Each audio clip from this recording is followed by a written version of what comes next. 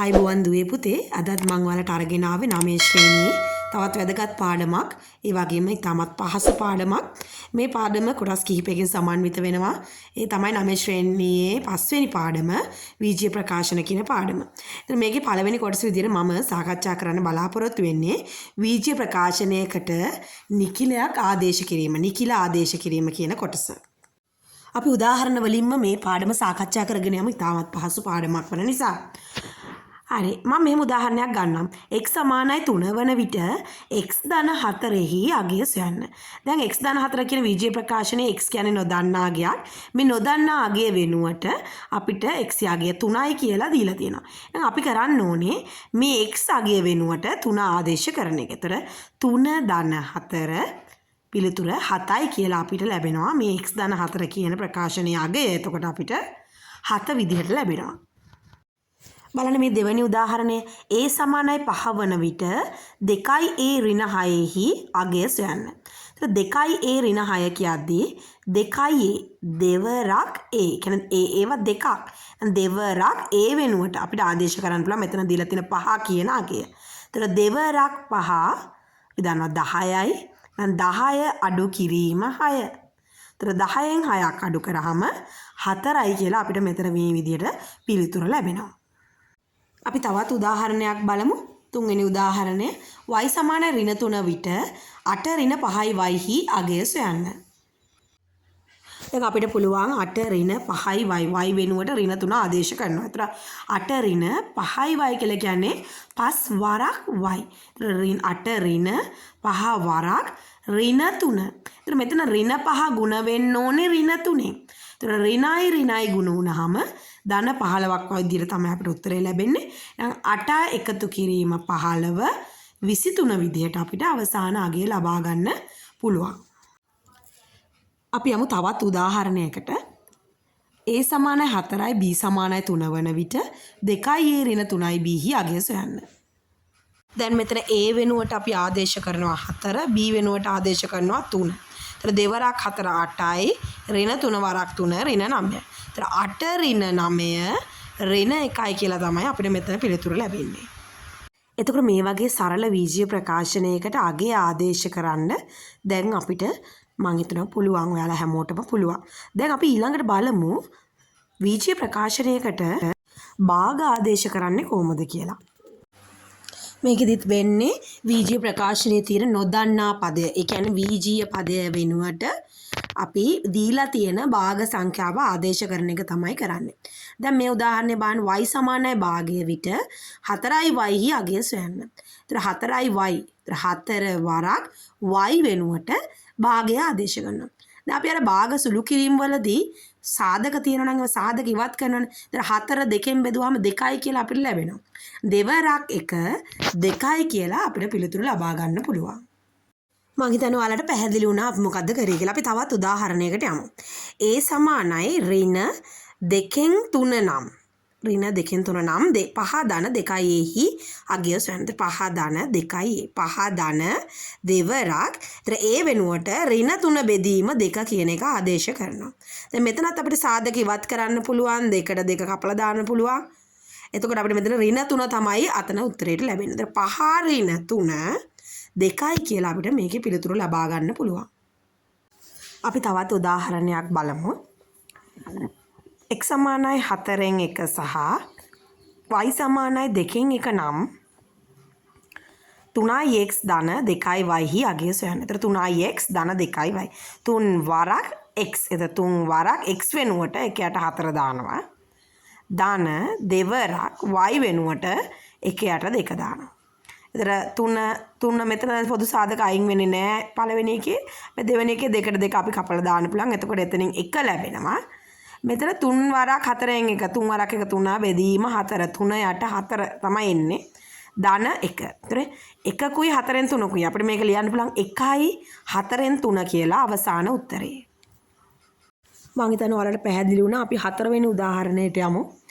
x සමානයි 4න් 3 හා y සමානයි ඍණ y සමාන ඍණ 3න් 2 වන විට 2x ඍණ 4y අගය සොයන්න. ඒතර 2x ඍණ 4y දෙවරක් x වෙනුවට 4න් 3 දානවා ඍණ 4 වරක් y වෙනුවට ඍණ 3න් 2 දානවා.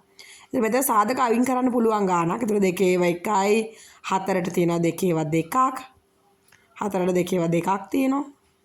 ඒතර මෙතන සුළු කරාම අපිට එනවා 4ට 2 2ක් ආවම 2න් 3 අඩු කිරීම දෙන්නේ නැහැ. ඍණයි ගුණ වෙලා මෙතන ධන වෙන්න ඕනේ. ධන 4 වරක් 2 8යි 8 බෙදීම 3නේ. ඒ කියන්නේ 3න් 8 කියලා මෙතන එන්න ඕනේ. මම හිතනවා ඔයගොල්ලන්ට පැහැදිලි. ඍණයි ගුණ වුණාම ධන වුණා. ධන 3න් 4 වරක් 2 8යි. ඒතර 3න් 8 කියලා තමයි මෙතනට අපිට අගය එන්න ඕනේ. දැන් මෙතන ඇවිල්ලා තියෙන්නේ 2න් 3 එකතු කිරීම 3න් 8. මේ තියෙන හරය අසමාන භාග දෙකක්.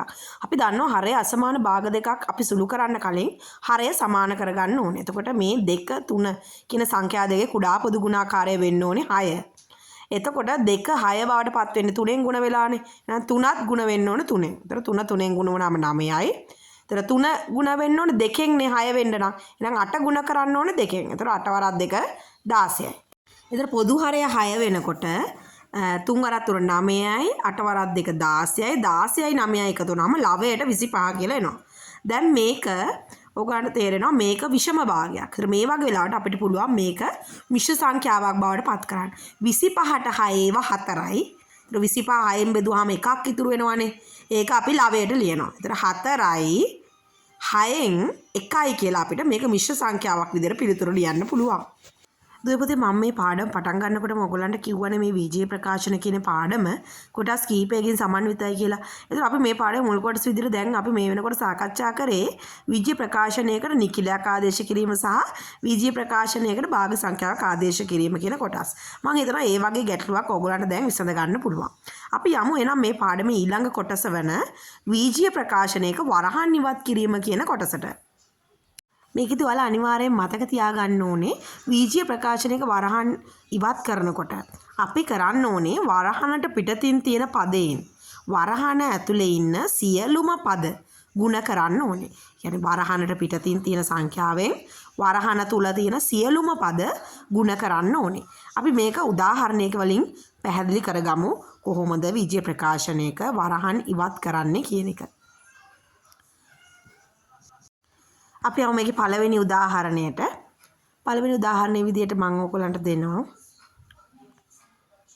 3 වාරයක් x ධන 2. 3යි x ධන 2. දැන් මේකේ විජය ප්‍රකාශනයේ වරහනට ඉවත් පිටතින් තියෙන සංඛ්‍යාව තමයි 3. ඒතර අපි 3න් මේ විජය ප්‍රකාශන ඇතුලේ තියෙන පද දෙකම ගුණ කරන්න ඕනේ. ඒතර 3 අපි මුලින්ම x ගෙන් ගුණ කරොත් 3 වරක් x 3යි x කියලා ලැබෙනවා. ඒතර 3 අපි 2න් ගුණ කරොත් 3 වරක් 2 6යි කියලා ලැබෙනවා. ඒතර 3 වරක් x 3යි x 3 වරක් 2 6යි. එහෙනම් වරහන පිට තියෙන සංඛ්‍යාවෙන් වරහන ඇතුලේ තියෙන සංඛ්‍යා දෙකම අපි ගුණ කරා. එතකොට අපිට අගය ලැබුණා 3යි x ධන 6 විදිහට. අපි තවත් උදාහරණයක් බලමු. x වාරයක් x ඍණ 5. ඒතර වරහණෙන් පිටත තියෙන සංඛ්‍යාව තමයි x. එහෙනම් x ගෙන් මේ වරහණ ඇතුලේ තියෙන පද දෙකම ගුණ කරන්න ඕනේ. ඒතර x ගෙන් ගුණ කරාම x වර්ගය කියලා අපිට ලියන්න පුළුවන්.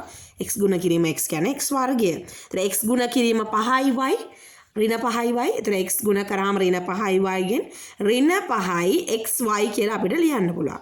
එහෙනම් x ගෙන් ගුණ කරාම x වර්ගය x 5y ගෙන් ගුණ කරාම ඍණ 5y xy කියලා අපිට ලැබෙනවා. ඒතර අපිට මේකේ පිළිතුර x වර්ගය ඍණ 5y xy විදිහට ලබා ගන්න පුළුවන්.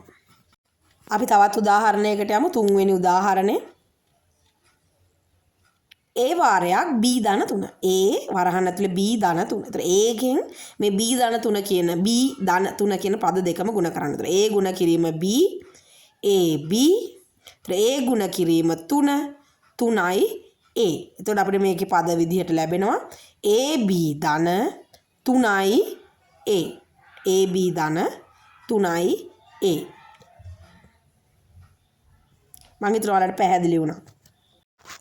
අපි යමු තවත් උදාහරණයකට. 4වෙනි උදාහරණය. මම ඔයාලට මෙන්න මෙහෙම දෙන්නම් හතරවෙනි උදාහරණය ඍණ 3යි a ඍණ 2 ධන 2යි a ඍණ 1. දැන් ඍණ 3ෙන් a ගුණ කරාම ඍණ 3යි a. ඍණ 3ෙන් ඍණ 2 ගුණ කරාම ඍණ 3යි ඍණ 2යි ගුණ වුණාම ධන 6යි. වරහණෙන් පිටත තියෙනවා 2යි a ඍණ 1. දැන් මෙතන තියෙන සජාතීය පද මොනවද කියලා අපි ඊළඟට බැලුවොත් ඍණ 3යි a සහ ධන 2යි a මේ දෙන්නම එක ජාතිය පද. ඒතර අපිට පුළුවන් ඍණ 3ෙන් ධන 2 තුනෙන් දෙයක් අඩු කරන්න. ඒතර 1යි a කියලා ඉන්න අපිට ඒක ඍණ a. ඇයි ඒ? ඍණ සංඛ්‍යාව මෙතන ලොකුයි. තුනෙන් දෙකක් අඩු කරාම a එනවා තමයි.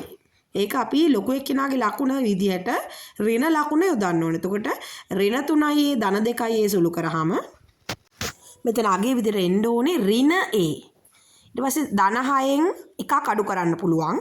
එතකොට ඒක ධන 5 විදිහට ලැබෙනවා. එහෙනම් මදුවේ පුතේ මම හිතනවා දැන් ඔයාලට විජය ප්‍රකාශනයක වරහන් ඉවත් කිරීම ගැටලු විසඳ ගන්න පුළුවන්. එහෙනම් අපි මේ ගැටලු විසඳීම තව දුරටත් කරගෙන යමු. විජය ප්‍රකාශනයක වරහන් ඉවත් කරලා හදන්න පුළුවන් විදිහේ තව ගැටලු ටිකක් අපි බලමු. බලන්නකෝ මේ උදාහරණය. x දෙවාරයක් x ඍණ 3y ධන x ධන y. මුලින්ම කරන්න ඕනේ වරහන්නත වරහනට පිටින් තියෙන මේ දෙක කියන සංඛ්‍යාවෙන් වරහන ඇතුලේ තියෙන පද දෙකම ගුණ කරගන්න ඕනේ. එතකොට දෙවරක් x 2x දෙවරක් ඍණ 3y දෙවරක් 3 6යිනේ. එතකොට ඍණ 6යි y කියලා එනවා. එතකොට අපිට මේක සුළු කරාම 2x ඍණ 6යි y. එතකොට x සහ y ඒ විදිහටම ලියා ගන්නවා. එතකොට අපිට බලන්න 2x ට මේ x එකතු කරන්න. එතකොට 3x ඍණ 6යි y ධන y කියන එක අහුළු කරාම අපිට ඍණ 5යි y කියලා ලියන්න පුළුවන්. මම හිතනවා ඔයාලට පැහැදිලි වුණා ඒ උදාහරණය අපි කොහොමද කරේ කියලා. තවත් උදාහරණයක් බලමු. 3 වාරයක් 2යි a ඍණ b ධන 7යි b ඍණ 5යි a. ඒතර අපිට පුළුවන් මේ වරහනට පිටින් තියෙන 3 කියන සංඛ්‍යාවෙන් වරහන ඇතුලේ තියෙන මේ පද දෙකම ගුණ කරන්න. 3 වාරක් 2 6යි. ඒතර a කියලා එනවා. 3 වාරක් b 3යි b. ඒතර පිටත තියෙන 7යි b ඍණ 5ක a කියන පද දෙක ඒ විදිහටම ලියනවා. දැන් මට පුළුවන් මේ 6යි a ගෙන් මේ 5යි a අඩු කරන්න. ඒතර 6යි a ගෙන් 5යි a අඩු වුණාම 1යි a කියන්නේ a කියලා ලියන්න පුළුවන්. ඒතර මේ ඍණ 3යි b ධන 7යි b සුල කරාම අපිට පුළුවන් 7යි b ගෙන් 3යි b අඩු කරන්න. ඒතර 4යි b කියලා එනවා. මේකේ පිළිතුර a ධන 4යි b විදිහට ලබා ගන්න පුළුවන්. මම හිතනවා ඔයගලන්ට පැහැදිලි වුණා කොහොමද මේ ගැටලුව හැදුවේ කියන එක. අපි මේ පාඩමේ ඊළඟ කොටසට යමු. ඊළඟ කොටසෙන් අපිට සාකච්ඡා කරන්න තියෙන්නේ ද්විපද ප්‍රකාශන දෙකක ගුණිතය ලබා ගන්නේ කොහොමද කියන එක. අපි බලමු ද්විපද ප්‍රකාශන දෙකක ගුණිතය කොහොමද හදන්නේ කියලා. ද්විපද ප්‍රකාශනයක් කියලා කියන්නේ පද දෙකක් සහිත බීජීය ප්‍රකාශනයක්. ඒතර පද දෙකක් සහිත බීජීය ප්‍රකාශනයක් තවත් පද දෙකක් සහිත බීජීය ප්‍රකාශනයකින් ගුණ කරන්නේ කොහොමද කියලා තමයි මේ පාඩමේදී අපි කතා කරන්නේ. උදාහරණයක් විදිහට මේ x ධන 2 p ධන 3 y ඍණ 5 වගේ මේ මම අරන් තියෙන්නේ පද දෙකක් යුත් ප්‍රකාශන. මේ වගේ පද දෙකක් තියෙන ප්‍රකාශන වලට අපි කියනවා ද්විපද ප්‍රකාශන කියලා. ඒතර මේ වගේ ද්විපද ප්‍රකාශන දෙකක් ගුණ කරන්නේ කොහොමද කියලා තමයි අපි මේ කොටසේදී සාකච්ඡා කරන්නේ. බලන්නකො මේ උදාහරණය දිහා. මම පළවෙනි උදාහරණය විදිහට අරගෙන තියෙන්නේ x ධන 3 වාරයක් x ධන 2. දැන් මම මේ වරහන් දෙක අතර මේ ද්විපද ප්‍රකාශන දෙක අතර ගුණ කිරීම ලකුණක් දාලා නැහැ. නමුත් මේ වරහන් දෙකෙන් කියවෙන්නේ ඒ ප්‍රකාශන දෙක ගුණ කරනවා කියන එක. ඒතර මේ වරහන් දෙක අතර ගුණ කිරීමක් දාන්න ඕනේ. x ධන 3 වාරක් x ධන 2. ඒ කියන්නේ මේ පද දෙකේ ගුණිතය තමයි මේ වරහන් දෙකෙන් නිරූපණය වෙන්නේ. එතර මේක x ධන 3 කියන ද්විපද ප්‍රකාශනයේ තියෙන පද දෙකෙන්ම x ධන 2 කියන ප්‍රකාශනයේ තියෙන පද දෙකම ගුණ වෙනවා. අපි මුලින්ම x කියන පදය ගත්තොත් x ගෙන් x ධන 2 ගුණ වෙන්න ඕනේ. එතර ධන 3 x ධන 2 ගුණ වෙන්න ඕනේ. බලන්න මේ ලියලා තියෙන විදිය. එතර x ගෙන් x ධන 2 කියන පද දෙකම ගුණ වෙන්න ඕනේ. එතර ධන 3න් x ධන 2 කියන පද දෙකම ගුණ වෙන්න ඕනේ. එතර x ගුණ කිරීම x ගෙන් ගුණ කරාම අපිට ලියන්න පුළුවන් x වර්ගය කියලා. එතකොට x ධන 2න් ගුණ කරාම අපිට ලියන්න පුළුවන් 2x කියලා. එතකොට 3x ගෙන් ගුණ වුණාම 3x 3 වරක් 2 6යි. මේ විදිහට වරහන් පිටත සංඛ්‍යාවෙන් වරහන් ඇතුළේ ඔක්කොම ටික ගුණ කරා. දැන් මට පුළුවන් x වර්ගය දාන අර මැද තියෙන 2x ට 3x එකතු කරාම 5x. එතන උත්තරේ x වර්ගය ධන 5x ධන 6 විදියට අපිට ලබා ගන්න පුළුවන්. හරි එහෙමනම් අපි යමු තවත් උදාහරණයකට. දැන් මම හිතනවා පළවෙනි උදාහරණයේ කරපු පියවර ටික ඔයගලන්ට පැහැදිලි වුණා. බලන්න මේ උදාහරණය. y ඍණ 2 වාරයක් y ඍණ 3. එතකොට මේ y ඍණ 2 කියන පද දෙකෙන් y ඍණ 3 කියන පද දෙක ගුණ වෙනවා. එතකොට y වාරයක් y ඍණ 3 ඍණ 2 වාරයක් y ඍණ 3 කියලා අපිට ලියා ගන්න පුළුවන්. එතකොට y ගෙන් ගුණ වුණාම y වර්ගය y ඍණ 3ෙන් ගුණ වුණාම ඍණ 3යි y ඍණ 2 y ගෙන් ගුණ වුණාම ඍණ 2යි y ඍණ 2 ඍණ 3ෙන් වැඩි වුණාම ධන 6යි. එතකොට අපිට පුළුවන් මේ ඍණ 3යි y ට ඍණ 2යි y එකතු කරන්න. එතකොට ඍණ 5යි y කියලා එනවා. මේකේ අවසාන උත්තරේ y වර්ගයේ ඍණ 5යි y ධන 6 විදිහට අපිට ලබා ගන්න පුළුවන්. බලන්න අපි තවත් උදාහරණයකට යමු. තුන්වෙනි උදාහරණය a ධන 5 වාරයක් a ඍණ 2. දැන් මේකෙත් a ධන 5 කියන පද දෙකෙන් a ඍණ 2 කියන පද දෙක ගුණ කරන්න ඕනේ. ඒතර a වාරයක් a ඍණ 2 ධන 5 වාරයක් a ඍණ 2. a වරක් a වර්ගය a වරක් ඍණ 2 ඍණ 2යි a ධන 5 වරක් a ධන 5යි a ධන 5 වරක් ඍණ 2 ඍණ 10. දැන් අපිට පුළුවන් මේ ඍණ 2යි a ධන 5යි a සුළු කරන්න. එතකොට ධන 3යි a කියලා ලැබෙනවා. ඒතර a වර්ගය ධන 3යි a ඍණ 10 විදිහට මේකේ පිළිතුරු ලබා ගන්න පුළුවන්. අපි යමු හතරවෙනි උදාහරණයට. හතරවෙනි උදාහරණය මම ඔයාලට දීලා තියෙන්නේ b ඍණ 4 වාරයක් b ධන 3. ඒතර මේකේ b වාරයක් b ධන 3 ඍණ 4 වාරයක් b ධන 3 කියලා අපිට ලියන්න පුළුවන්. එතකොට b ගෙන් ගුණ කරාම b වර්ගය b ධන 3ෙන් ගුණ කරාම ධන 3යි b. එතකොට ඍණ 4 b ගෙන් ගුණ කරාම ඍණ 4යි b. ඍණ 4 ධන 3ෙන් ගුණ කරාම ඍණ 12යි. දැන් මට පුළුවන් b වර්ගය දැන් මෙතන ධන 3යි b ඍණ 4යි b කියලා තියෙනවා. මේ වගේ වෙලාවක අපි කරන්නේ 4යි b ගෙන් 3යි b අඩු කරනවා. එතන 1යි b ඒ කියන්නේ b. හැබැයි ලකුණ විදියට අපි ඍණ ලකුණ යොදන්න ඕනේ. එතකොට මෙතන ඍණ b කියලා තමයි එන්න ඕනේ. එතකොට b වර්ගයේ ඍණ b ඍණ 12 තමයි පිළිතුර විදියට ලැබෙන්න ඕනේ. දැන් මම මේ ද්විපද ප්‍රකාශන දෙක ගුණ කිරීම පිළිබඳ ගැටලු කිහිපයක්ම ඔයාලත් එක්ක සාකච්ඡා කරා. මම හිතනවා ඒක ඔයගලන්ට දැන් හොඳින් අවබෝධ වෙන්න ඇති කියලා. එහෙනම් දුවපතේ මේ පාඩමේ තියෙන වැදගත්ම කරුණු මම මේ වෙනකොට ඔයාලත් එක්ක සාකච්ඡා කරා. මම හිතනවා මේක ඔයාලට ගොඩාක් ප්‍රයෝජනවත් වෙයි කියලා ඔයාලගේ මේ පාඩම අවබෝධ කර ගැනීම සඳහා. එහෙනම් තවත් මෙවන් වූ පාඩමකින් හමු වෙමු. ඔයාලා හැමෝටම ආයුබෝවන්.